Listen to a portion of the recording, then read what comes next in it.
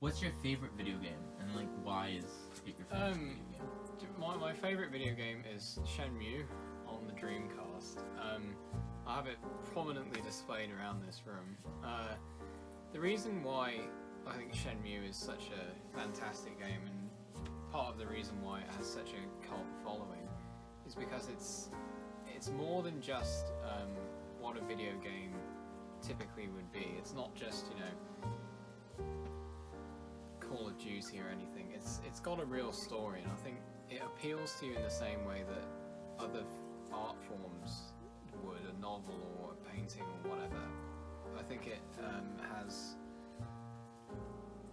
is testament to what a video game can be as an art form. It's also on the Dreamcast, which is my favourite console. I think there's something significant about the fact that my favourite game was a commercial flop, and it was on Sega's last console.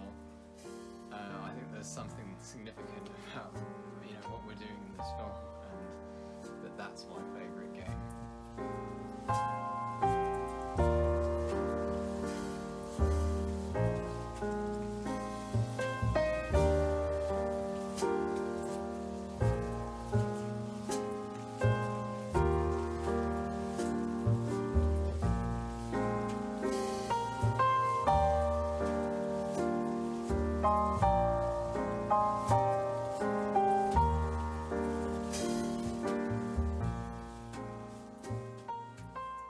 What's your first video game experience? My first video game experience was on the Wii, and that was, 12 years ago now. The Wii is it's not a video game console in a traditional sense, you know. It was accessible to people that weren't video gamers, so it was, you know, you got your grandmother playing Wii bowling or something, so everyone I knew back in the day had a Wii, so I played Wii often, and we all, you know, brought Wii remotes around to each other's houses. Oddly enough, it's the only console in here that I don't have hooked up. I keep it upstairs in the family room, which is sort of what the Wii is, really. It's more of a family toy more than a video game console. Is this collection like a big part of your life? It used to be, not so much anymore. I built it some years ago, and when back then I had a lot more time on my hands, and, you know, the people that I built it with were more available than they are now. So it's not as big a part of my life anymore, and I didn't spend as much time down here for some years. Since, like, it's not as big a part of your life, why do you still maintain it?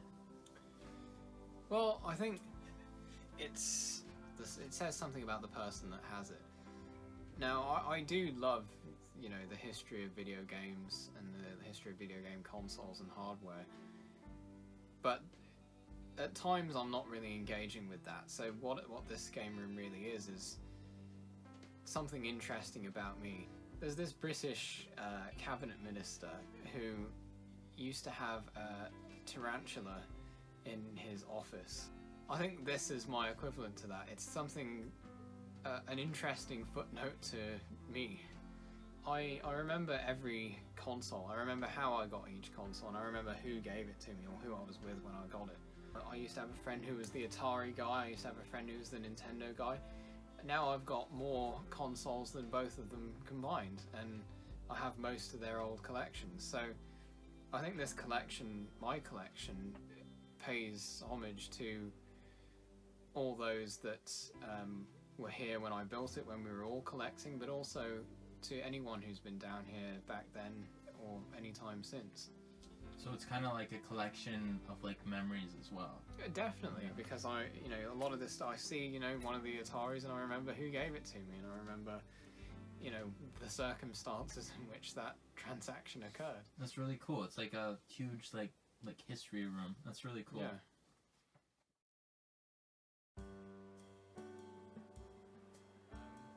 Here we are. 3 TVs set up. This one's more set for the classic systems. These older systems here are really don't display very well on a HD TV, so I use them on here. This switch is for those for these older systems. This TV is the main one. I've got Shenmue running on Xbox. Most of the new systems, pretty much starting with anything that was on CD or disc, is on this TV. So I've got the Wii U, the GameCube. I don't have a Wii here, I have that hooked up upstairs. PS4, PS3, original Xbox running on component. PS2 also running on component. And then the two Sega consoles. Dreamcast, my favourite, and also the Saturn with the Game Shark. Most of the wires for these TVs run under there, but also here, and then there's two video hookups. HDMI just runs through the back. Component is hooked up through two composite switches, and then composite runs through that switch. So you have a lot of consoles in this room. So what was the process of hooking all that stuff up? Well, it's based on the different things you need switches for the video quality and for the video signal, surge protectors for the outlets. I basically started with a bunch of those and daisy chained them all together. As I got more and more consoles, I started to buy more and more pieces of equipment to hook it all up, and eventually I got it all together in a way that can be documented in my log. It's all pretty complicated and would be difficult for anyone other than me to set any particular console up. Why do you have such an attraction to Sega? I think there's a certain reason why people like Nintendo, and I think it's a similar kind of reason to why I like Sega. In some ways, Sega would be comparable to Sony and Microsoft in that it's, you know, the cool manufacturers, what the older kids would play. But it's also still a dedicated game manufacturer in the same way that Nintendo is, you know? Sony is also, it makes computers and TVs and stuff like that. Microsoft obviously does computer stuff. Sega was a video game manufacturer, and only a video game manufacturer, in the same way that Nintendo still is. And so in that way I can appreciate Nintendo, but I appreciate Sega more. It's got add-ons. It's the Genesis Model 2, the Sega 32X, and the Sega CD. Each one of these has its own power supply. So I've got this complete load of Sega. Below that I've got its predecessor, the Master System, which most people are not very familiar with. I think it's quite a cool system, but weird design. I've got the original Nintendo over here. I also have a Nintendo Power controller with the sticker from when it was new. Here I've got the Atari 7800. The reason I have this one hooked up and not the 2600 is because this plays both games, both the 2600 and the 7800. Yeah, this was not a very popular system. Another one of Atari's failed systems was the Jaguar here. It was very difficult to program for because it had a very complicated architecture. And so naturally it didn't do very well because no one could make games for it. And this was Atari's last system. Also the last video game system to be designed and built in the United States. If you're an American, that might be a bit sad for you. So you think the way you like the Jaguar, the Atari Jaguar, is similar to the way you like the Dreamcast?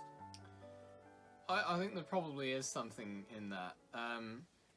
Both consoles have a lot of dedicated fans. Both consoles still have games being made for them. Neither were very successful commercially when they were released, but as I say, they're fan favourites, cult classics. But more importantly, they were both the last systems produced by their respective manufacturers, and I think there's something sad about that. I think we can all share in the passing of familiar things. It was a staple, you know, Sega or Atari. you see that this is the tangible evidence of their, their swan song in the industry, and it was their last shot at making a piece of hardware, and I have their last piece of hardware. Up top here, I've got a TurboGrafx 16. It's a really weird system because it takes cards as the game format, so rather than a cartridge or a disc or something, you slide it into there, and then the power button keeps it in. Another one of my systems that was not a great success commercially, but it was very popular in Japan. I'll show you some of the posters. Shenmue 1 and 2. This poster is from the remastered Shenmue 1 and 2 on PS4 and Xbox One. I don't have an original poster from the original game. This is an original NES poster.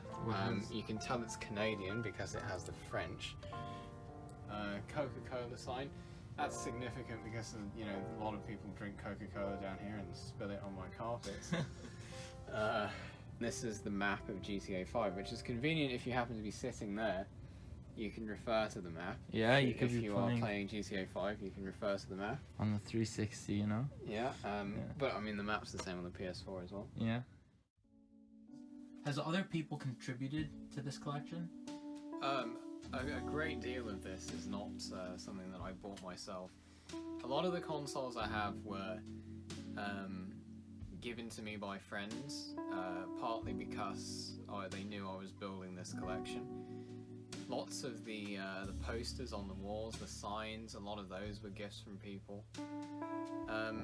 I think it's really nice that there's people that are sharing in this room as well as myself. There's people that are interested in the fact that this room exists and that there's so much in it, and they want to contribute a bit and give something that I can put on display. And everything that I do have that someone gave to me, it remains on display, and I always keep it because that's someone else's contribution to this room. Up at the top I've got my Paradise neon sign, which we'll put on later. Now, is this like LED or actually like neon lights? I don't believe it is actually neon lights because it doesn't make a humming sound. Yeah. But fantastic item, I think. It gives the room a bar-like vibe. That's really cool, man. Birthday gift from a friend of mine. I'm quite pleased with it. I've got the box for the original Atari 2600. That's a British version. That box has got to be at least, that's got to be from about 1980, possibly slightly earlier. Front, I've got my favourite game, as I mentioned, Shenmue. This is the Dreamcast version. Well, they're all on Dreamcast, but this is the North American Dreamcast version. This is the Japanese version, and this is a promo version that was only sold in Japan. I'm not even sure if it was sold. It might just have been a giveaway. I'm not sure, but it's only in Japan, and it's only in Japanese. Yeah, you play in Dobuita in the setting of Shenmue 1, and you need to go and find him and stop these thugs from preventing Shenmue from being released. What a terrible fate I know. to inflict on humanity than to deny them Shenmue. Here's my Dreamcast games, in addition to more Dreamcasts.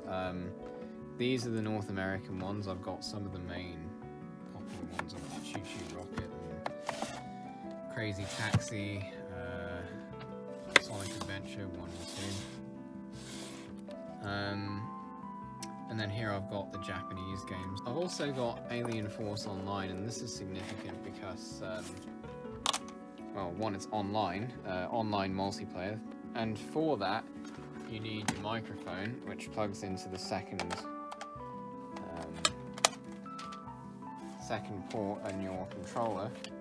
So how this would work is when you're playing online, it's rather than having a headset, which is a bit beyond the technology of 1999, you plug this contraption in, and obviously you put this on the top and you'd be able to talk to the other players while you're playing online. I've also got here the Neo Geo Pocket. And one of the cool things about it is that there is a Sonic game. Oh, okay. From the time when Sega was still making consoles, there's a Sonic game on a console that wasn't Sega on this Neo Geo Pocket. I think that's pretty cool. I have those two Saturns. This is a Model 2 controller. This is the 3D pad for Nights into Dreams, and this is obviously the inspiration for this similar design. You can see Panzer Dragoon's probably the most significant. I've got Sonic 3D Blast and Tomb Raider, which was on the Saturn. I also have Nights into Dreams, but because it's very expensive, I have the Japanese version, which was cheaper. Also here I have the Sega CD games. Most of these are like full motion video. They're pretty terrible. So the next question is, do you like obscure consoles in particular? I think I probably do. I think that a lot of the consoles that are sort of obscure, you know, like the add-ons for the Genesis, the Saturn, some of the Atari consoles, there's a lot of potential in them, and I think there's a lot more that they could have been had they survived a bit longer. I think this room is more about the history of video games more than it's about particular video games. So even if a console perhaps didn't have many very good video games on it, it's still a fascinating piece of video game history, and I'm really happy to have it. I've also got some boxed Genesis games and some boxed Master System games. This is my Genesis collection. It's pretty small, really, especially given the fact that I like the Genesis, but I've got a couple of good games. I've got Jurassic Park, Cool Spot, which I think was a 7-Up promotional game. I've got some Master System games here, and these are games for the Game Gear. Down here is my Atari shelf, the original Atari. These are all 2600 games. I really like the Atari, and I'd have a number of them. This is one of them, the Darth Vader Atari 2600. They're really primitive games, but I really like them. How do you feel about like the roots of video games, like Atari and like those old classic video games? I think they're fantastic. I think there's a lot to say about, you know, today we're playing some sorts of prototype games on, you know, mobile games and stuff like that. Primitives, you know, kinds of video games. I think there's a purity in that is a modern take on what the Atari games were like, you know? There's something very pure about a game that barely represents what it is supposed to, and yet is still so much fun. I mean, they're also very easy to just pick up and play, you know? It's not like I mean, I get lost in the menus of Halo, but Atari is very simple. You just press power and you're on, and your controller's got one button, and I think there's something pleasant about that.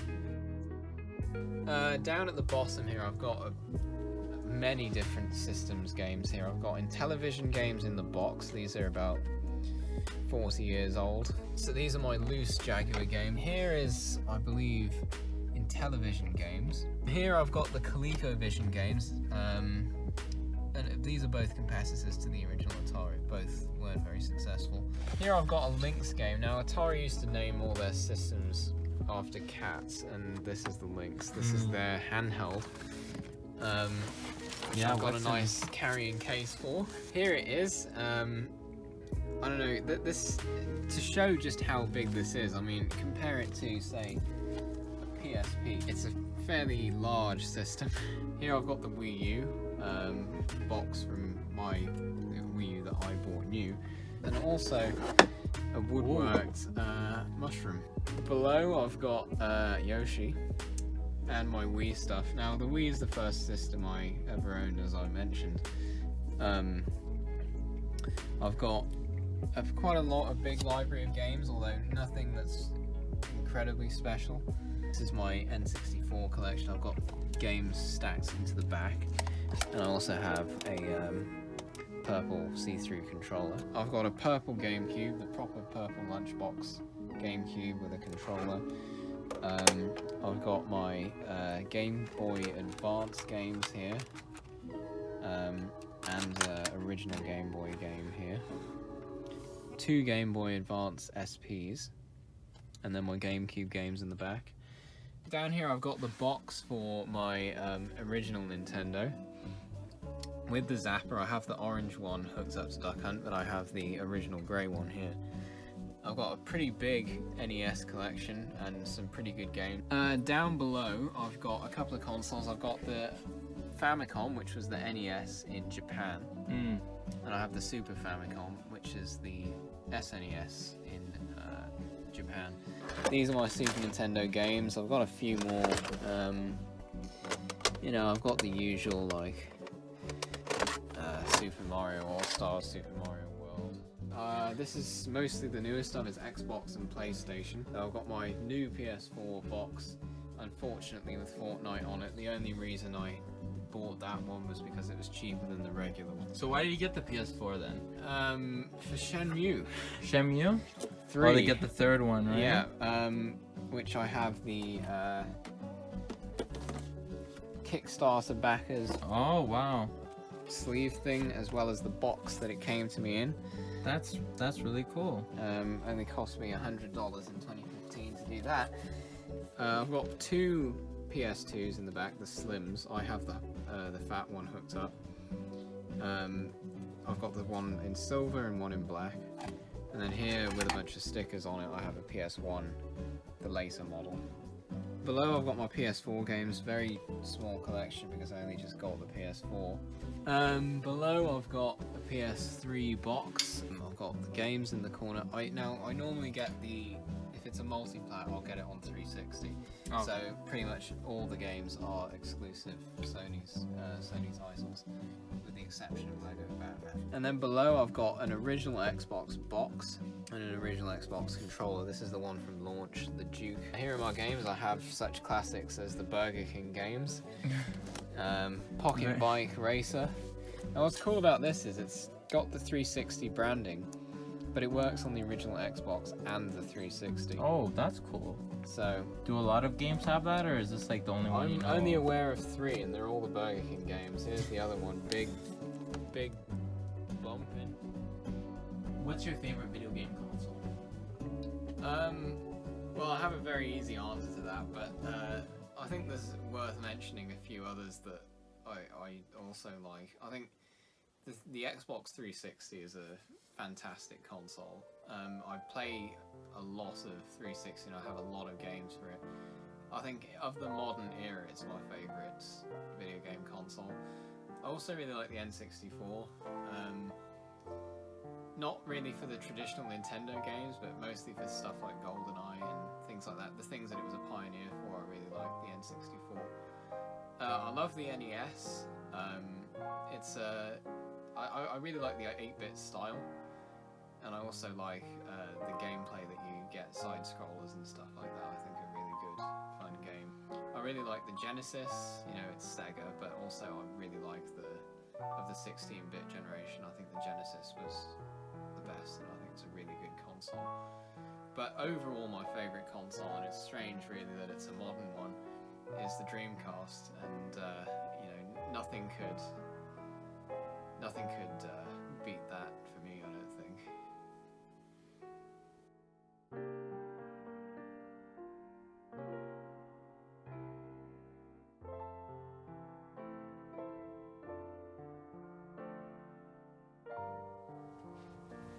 Out here I've got some board games. At the bottom and at the top I've got, you know, some very old ones. This is Monopoly from the 60s. It's fragile, but it's still in good condition. In addition to the board games, I've got some Lego. I've got Sonic and Knuckles, not the game, but the plushies. Seated there. Over here, my comics. I've got various Simpsons comics. Most of these are British. In addition to that, I've got some Beach Boys memorabilia, including signed, autographed program.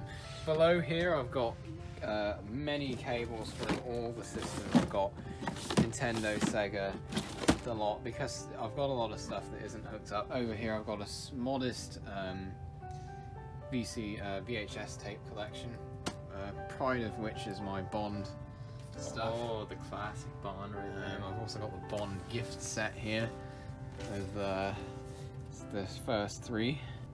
Down here I've got these third-party systems, right? This is a Retron, and it plays Genesis, Super Nintendo, and Nintendo games. It's really cheaply made, but it does work. And down here I've got a couple of plug-and-play things. This is like an arcade Capcom thing. This is the Batman thing. I had a friend who had one of these as well. Maybe they're quite common amongst people of our generation. In television, most people who have this probably don't know what the Intellivision is, and I have the original. Up here is the wood grain Atari, which is an iconic looking system. Iconic. With the Atari logo. So I've noticed you have all these pieces of paper with little codes on them. Yeah. What is that? It's the I've assigned a serial number to every one of the consoles, and that's of particular importance because most of the systems on this shelf are going to be the first ones to be sold. So there's, from what you've said, there's clearly a lot of like history and awesome things that's happened in this room. So why is it being dismantled? It's life circumstances. You know, it's a lot's changed since the 7 years ago that I put this room together or started to. There's a lot of uncertainty with my future now, and what's going to happen. Transition to adulthood and whatever. I'm not sure in going into the future that I could justify keeping a room full of video games, no matter how much it means. It's sad to see a collection imbued with such personal significance packed up and sold away. I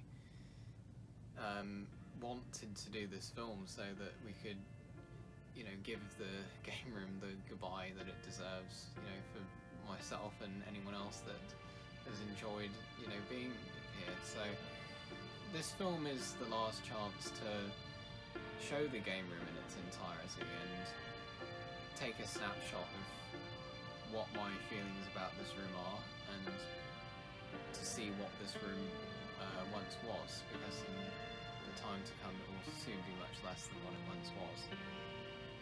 I think this film to me is the epilogue of adolescence, and this collection began